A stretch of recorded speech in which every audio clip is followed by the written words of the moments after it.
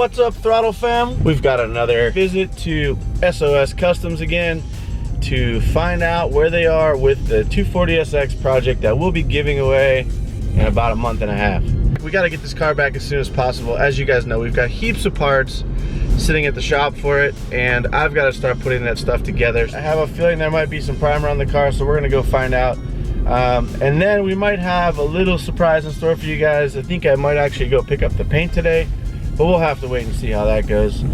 So tag along, guys. We'll take you to SOS and show you where we're at with the 240.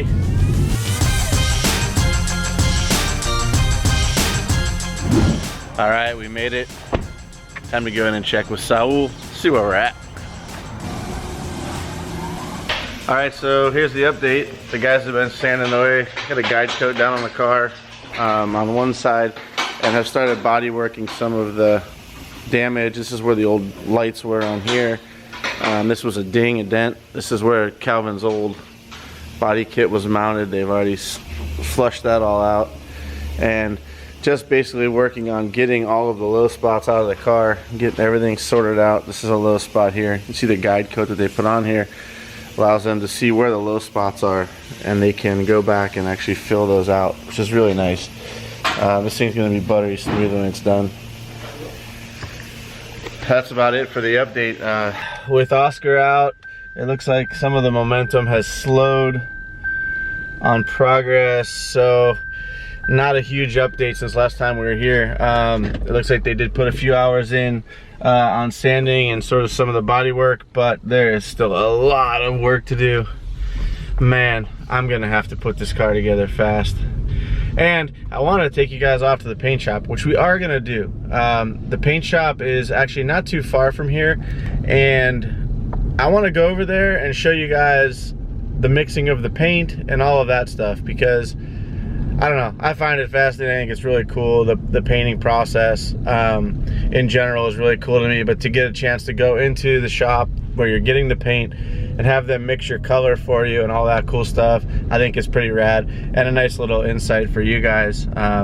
It's definitely something that you don't typically see when a car is being built. They couldn't have me come by today, so tomorrow we'll go by there and we'll get our paint and show you guys how it's all mixed. And it's gonna be really tough for me to do that because I don't want to reveal the color, but tomorrow we might have to. So stay tuned, guys. I'm gonna head back to the shop. We've got some more content for you coming right up, so stay tuned. I'm gonna do a quick little install that I didn't get to last time we were working on the E46. That is installing these cool new Morimoto LED fog lights. So this is a cool kit that was provided by my friend Evan at Vision Auto Lab. So if you're interested in any really high quality light stuff, he sells all this stuff and more. So I'll put his link down below so you guys can go check it out. But essentially these are a plug and play replacement for the factory fog lights right here. So let me grab one. So it's pretty much just a updated look. This uses a standard halogen bulb, and this is an LED. So by the looks of it, there's just one bolt right there. So let me set this down, and we'll go ahead and take these ones out, pop the new ones in, and see how they look.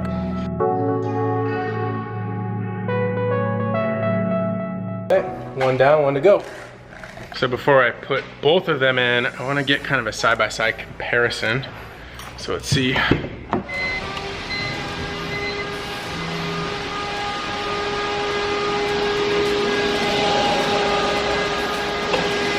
Wow, what a difference.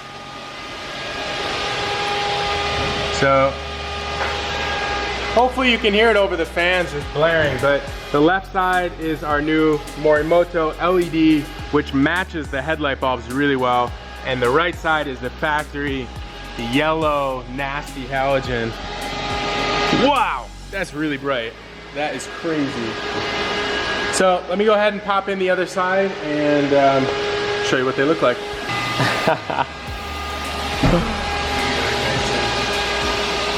Yeah, dude, you put your eye in front of that? Holy crap. What's going on, guys? Today I'm gonna be working on the white piece FD.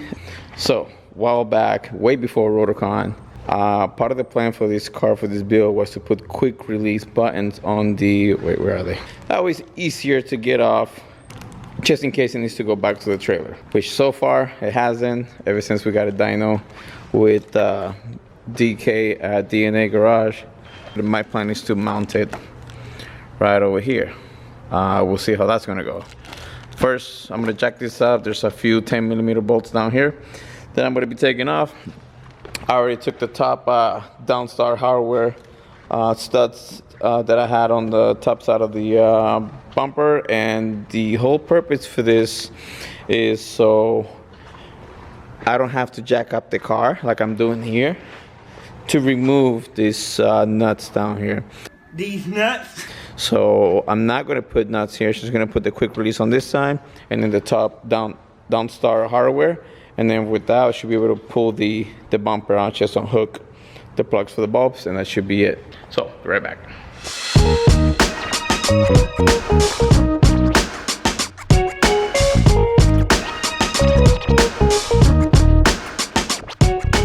Alright, front bumper's out.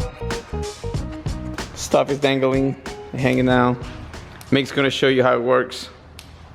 Well, you're fancy, bro. Right? Not bad, right? Pretty cool.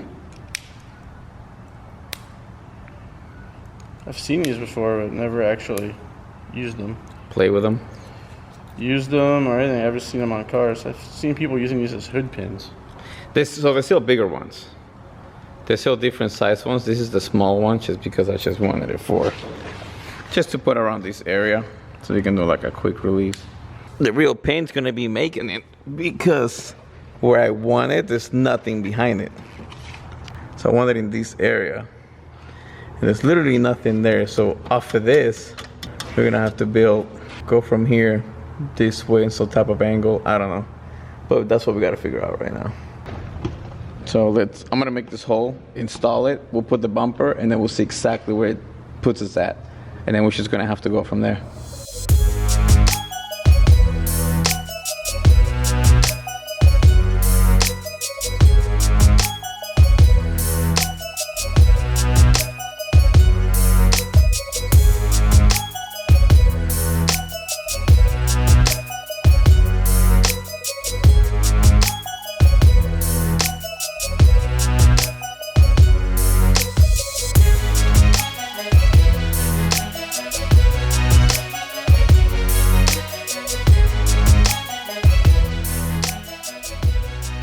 Alright guys, so one side is mounted and not really done, but it's mounted.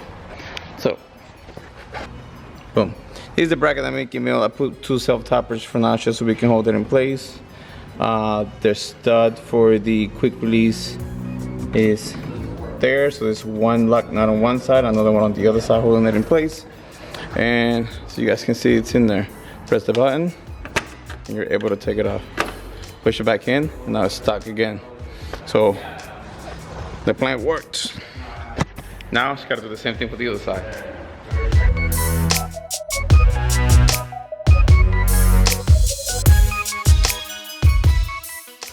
Ooh. So second one's in as well. Boom, boom, and click. Now Mick's gonna help me fix. Oh, you already took the tape off. So if you're an RX-7 owner, especially if you know how these headlight covers, they take a crap like every other week. So not only did mine or Helen's cracked inside the mount, but I totally forgot to put two bolts behind it. So when I was in the freeway, it was only held by one, and it was like this. So I stopped, and the only thing I had was tape. So I taped it all the way around, and yeah, it held. But now we're gonna JB weld it like everybody else do. We're gonna JB weld it, let it dry, and then put it back in. Meanwhile, I'm gonna start putting the the wheels back on the car, get it off the jacks, and then that's it.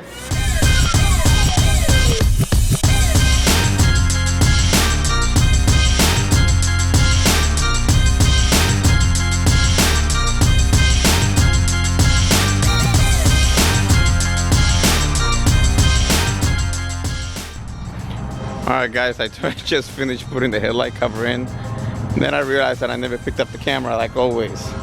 So Headlight covers in. It is nice and glued. There's no more flopping around. No more tape. She's looking good. Yep, I think next thing for her is gonna be the dyno, which is more than likely gonna be next week. We were running 7 pounds, which is, I think it's less than stock. And we did that because we didn't have a boost controller in hand.